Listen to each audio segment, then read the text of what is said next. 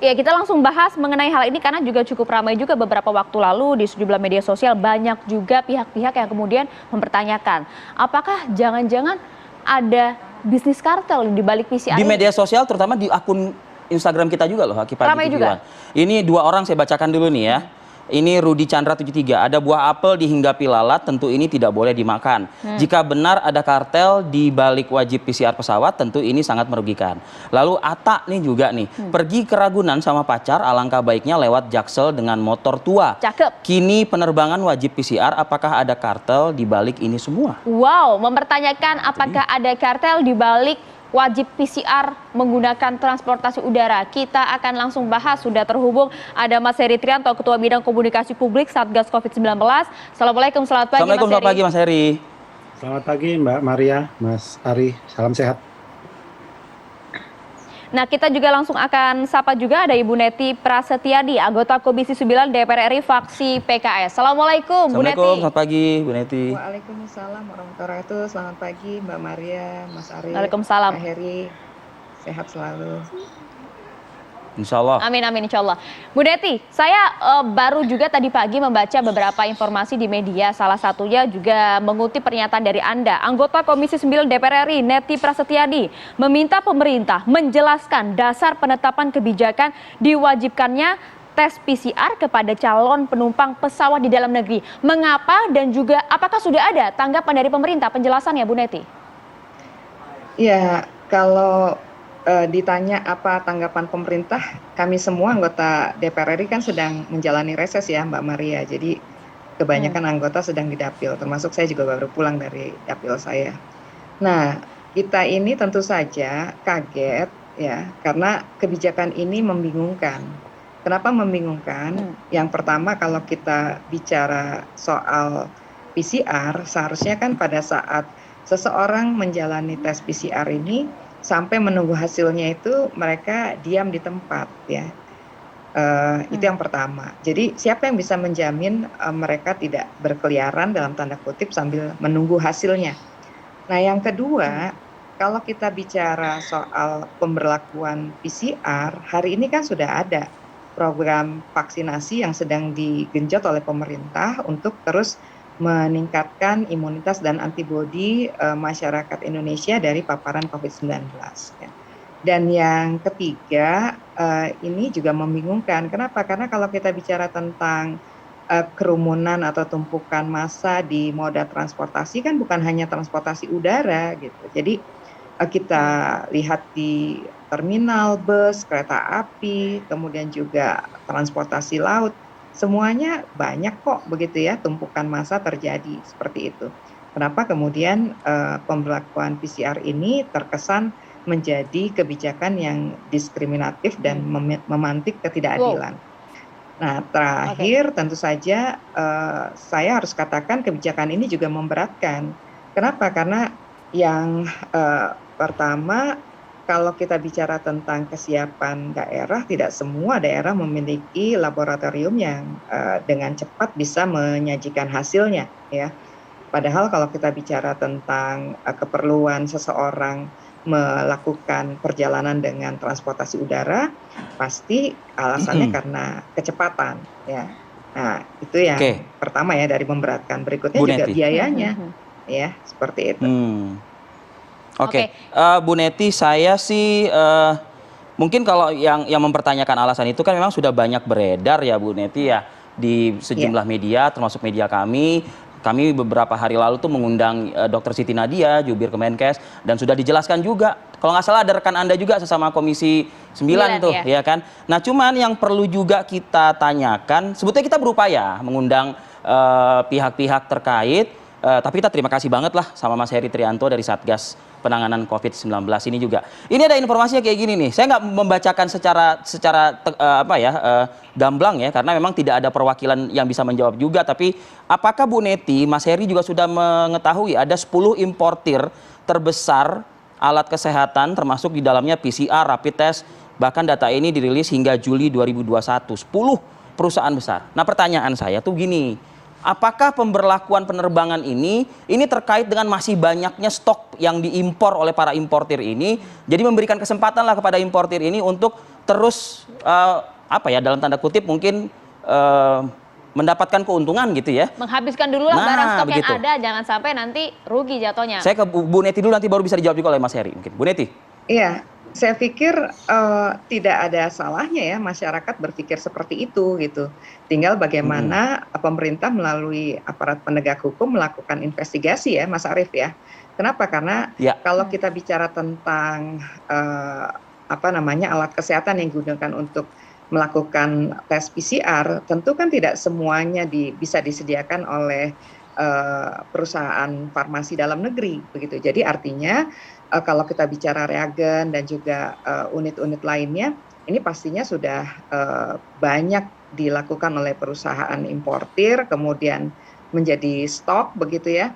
Jadi wajar kalau kemudian masyarakat bertanya apakah ini akal-akalan untuk menghabiskan stok yang sudah terlanjur dibeli kan begitu. Tapi di DPR sendiri, di komisi terkait Anda ini Bu Neti, benar nggak sih memang banyak importir ini dan mereka mengambil juga yang luar biasa jumlahnya sehingga ya masih diberikan kesempatan nih untuk melakukan PCR dan itu distempel oleh pemerintah gitu loh. Ya kalau saya dan teman-teman di Komisi 9 konsisten ya Mas Arief, Mbak Maria, dengan mempertanyakan Inpres nomor 6 tahun 2016 yang mengamanatkan kepada sejumlah kementerian dan lembaga tentang percepatan pengembangan obat dan alat kesehatan berbasis dalam negeri begitu. Nah, yang juga kita pertanyakan adalah kenapa harga ini terus berubah kan? Nah, ini juga menjadi satu komitmen Komisi 9 begitu. Kalau kemudian tiba-tiba pemerintah menetapkan harga di angka Rp495.000, lalu kemana selama ini keuntungan yang sangat besar dari harga ada yang 2.400.000, 1.200.000 dan sebagainya seperti itu. Nah tentu sangat layak ya kalau kemudian pemerintah harus menjelaskan secara jujur dan transparan untuk menjawab berbagai pertanyaan yang disampaikan oleh masyarakat dalam berbagai platform seperti itu. Oke. Mas Heri mungkin bisa menjawab juga Mas yang tadi saya bacakan Mas informasinya. Silakan Mas. Iya, tentu saja semua orang bisa berasumsi ya terkait PCR, kemudian apakah ada kartel gitu. Tetapi saya coba ingin fokus kepada substansinya dan sepanjang rapat-rapat yang pernah saya ikuti sebenarnya pertimbangan yang saya tangkap dari semua diskusi itu adalah benar-benar bagaimana menjaga transmisi penularan COVID-19 itu tidak meningkat. Kita berada pada sebuah momen yang cukup bagus dan sedang mati-matian untuk kita pertahankan dengan tingkat transmisi yang rendah seperti sekarang. Ketika di negara-negara lain termasuk Inggris misalnya sedang berjibaku dengan penularan yang tinggi dan beredarnya varian-varian baru di sana gitu. Tentu saja begitu banyak hal yang belum kita ketahui tentang COVID-19 ini, tetapi rasanya kalau kita berhati-hati dalam mengambil setiap keputusan itu menjadi sesuatu yang penting. Dan kenapa kemudian saya mengulangi lagi kenapa kemudian PCR ini diwajibkan untuk pelaku perjalanan udara, ya pertimbangannya karena di moda transportasi udara itu sudah bisa mengangkut hingga 100% penumpang. Dan ini juga hanya berlaku untuk di Jawa dan Bali ya, dari dan keluar Jawa Bali, dari dan ke Jawa Bali. Kemudian untuk daerah luar Jawa Bali yang masih dalam level 3 dan 4. Sebenarnya sebagian besar begini, Mas itu Heri. juga gimana? Ya, karena Silakan, begini banyak Mbak juga yang mempertanyakan kemudian peraturan PCR ini kan muncul pada saat angka COVID-19 trennya sudah mulai menurun. Jadi banyak publik yang kemudian mengasumsikan jangan-jangan memang ada bisnis di balik PCR ini. Pemerintah pun juga memberikan stempel untuk hal ini. Publik Mas yang nanya bukan saya. Ya, rasanya terlalu jauh Mbak Maria dan itu juga harus dibuktikan. Kalau memang kemudian hanya ingin melindungi bisnis, ya rasanya semuanya pasti pakai PCR saja selesai kayak gitu kan, cepat habis gitu kan. Kalau pakai asumsi-asumsi Mas Ari sama Mbak Maria yang dibacakan ya, yang katanya publik tadi gitu.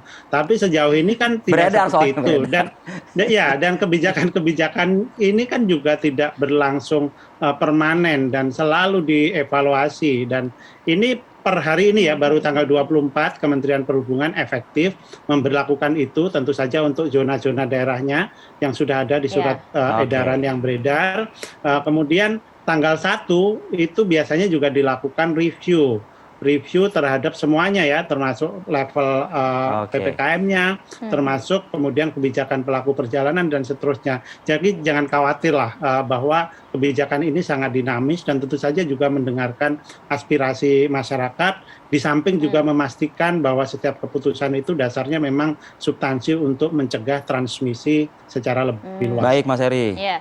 Jadi bertabayunlah memang untuk perketatan prokes. Tapi kita langsung lihat dulu, salah satunya ada rekan kita Rian Yudhistira yang sudah berada di Bandara Juanda Sidoarjo Jawa Timur. Kita akan lihat bagaimana kondisi pagi hari ini di sana. Rian, silakan. Ya, Maria dan juga Arif Fadil, benar sekali kami memantau bagaimana eskalasi begitu calon penumpang yang menggunakan moda transportasi udara di Bandara Internasional Juanda Surabaya di Sidoarjo. Per hari ini, sejak pemberlakuan dari Surat Edaran Menteri Perhubungan nomor 88 tahun 2021 yang mewajibkan calon penumpang yang menggunakan moda transportasi udara wajib menyertakan PCR test untuk rute Jawa Bali ataupun di luar Jawa Bali yang level PPKM-nya masih level 3 dan 4. Kami akan menggali tanggapan dari para calon penumpang tentunya terkait dengan tambahan persyaratan yaitu PCR test ini. Salah satunya adalah dengan Mas Hanif yang akan menuju ke Balikpapan, Kalimantan. Selamat pagi Mas Hanif. Selamat pagi Mas. Ya, Mas Hanif, ini ada peraturan baru begitu untuk menyertakan PCR test. Anda sebagai calon penumpang pesawat, bagaimana ini Mas tanggapannya? Ya kalau menurut saya sebagai calon penumpang cukup memberatkan ya. Apalagi kan padahal sekarang sudah mulai agak normal ya, sudah mulai nggak terlalu tinggi kayak sebelumnya. Jadi mungkin sebaiknya kalau bisa diturunkan ke semua itu jadi antigen. Untuk saya kan sebetulnya ke Balikpapan. Balikpapan sekarang sudah level 2 kalau nggak salah. Di surat terbaru yang mulai berlaku hari ini. Jadi sebagai calon penumpang kita antisipasi, jadi harus PCR aja biar cari aman. Apalagi untuk PCR kan berlakunya lebih lama daripada antigen. Jadi daripada tiketnya hangus, lebih baik naik yang menggunakan PCR. Seperti itu mungkin. Kalau tanggapan dari Mbak Shirley, seperti apa Mbak? Dan harapannya ini bagi calon penumpang pesawat nantinya? Ya, menurut saya sih PCR itu kan harganya ya lumayan mahal ya. Lumayan mahal, jadi cukup memberatkan buat calon penumpang. Nah, diharapkan kedepannya bisa digantilah dengan antigen yang masih relatif murah lah daripada PCR yang mahal. Ya, mungkin itu. Perjalanan sendiri tiket dari Surabaya ke Balikpapan berapa Mbak? Ditambah dengan harga untuk PCR test, Mbak Sheryl dan juga Mas Hanif harus mengeluarkan biaya berapa ini? Mungkin untuk tiketnya kemarin 800 ya. Ya untuk PCR-nya kalau 500 karena di swasta gitu. Jadi 1 juta lebih lah. Cuman buat berangkat. Itu doang. Pulang ke Surabaya lagi harus menyertakan Harus PCR lagi. Soalnya PCR kan berlaku 2 kali 24 jam. Jadi ya otomatis harus tes lagi. Kalau dari kemarin itu sebetulnya takutnya PCR-nya itu yang susah. Jadi menentukan dulu tempat PCR-nya baru pesen tiket. Karena sekarang PCR juga agak susah kalau bukan di pusat kotanya. Jadi lebih baik